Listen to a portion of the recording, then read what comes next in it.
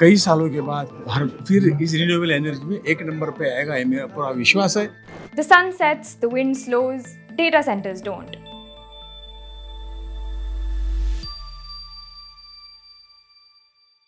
Every time you stream a video like this one, send a WhatsApp message or ask AI a question, somewhere a data center whirs.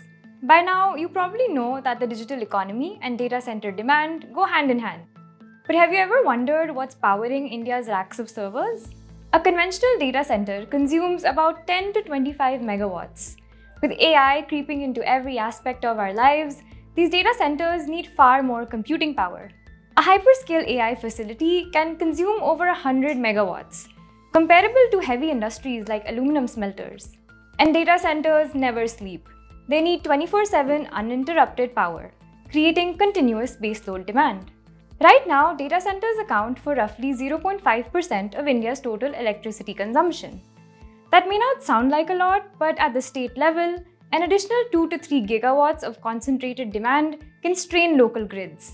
And remember, this is just the beginning of the AI wave. So, can renewables power this boom? India added a record 50 gigawatts of renewable energy capacity last year. That takes non-fossil fuel installed capacity to about 260 gigawatts, a little more than half of total installed power capacity.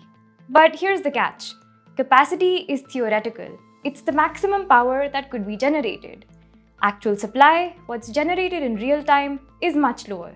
Renewables currently account for roughly 22% of actual electricity generation, largely because solar and wind are intermittent. The sun sets, the wind slows, data centers don't. Can India lead the renewable transition and power data centers with clean energy? The government sure thinks so. Definitely हम तो आज तीसरे number पे है। कई सालों के बाद भारत फिर इस रिन्यूएबल एनर्जी में एक नंबर पे आएगा, ये मेरा पूरा विश्वास है। जिस तरह से हम आगे बढ़ रहे हैं तो निश्चित तौर से कई सालों में हम दुनिया के लीडर बन जाएंगे। That ambition is real, but ambition needs grid planning. There are structural challenges, transmission bottlenecks, land acquisition delays, DISCOM financial stress. Deploying large renewable projects near major cities where data centers are isn't easy. Building them further away means expensive transmission lines.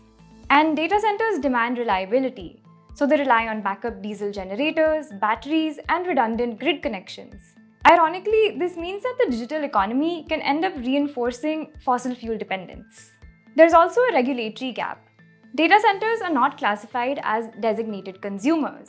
Heavy industries like steel, aluminum, and fertilizers must undergo mandatory energy audits and meet efficiency targets. Data centers, not yet. The draft Data Center Policy 2020 signals sustainability intent, but it stops short of enforceable mandates. As demand grows, that gap will matter. So, what's the alternative? Round-the-clock renewables paired with storage. Lithium-ion batteries work for short gaps, but for multi-day reliability, companies globally are experimenting with iron-air batteries.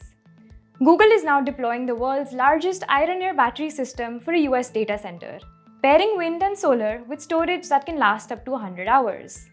The idea is simple chemistry. Iron rusts when exposed to oxygen. Remove the oxygen, it turns back into iron. Control that reaction and you store energy. Less energy dense than lithium ion, but promising for grid scale use. Here's the real policy question. Will India's data center boom become an environmental liability or a strategic opportunity? If planned right, India could position itself as a global leader in sustainable AI infrastructure, strengthening both energy security and digital growth. But if grid reforms lag behind server racks, coal will end up powering the AI revolution. India wants to lead in AI, India wants to lead in renewables. The next big test, making sure the cloud runs on sunshine. What do you think? Can India power its digital future without fossil fuels? Let us know in the comments.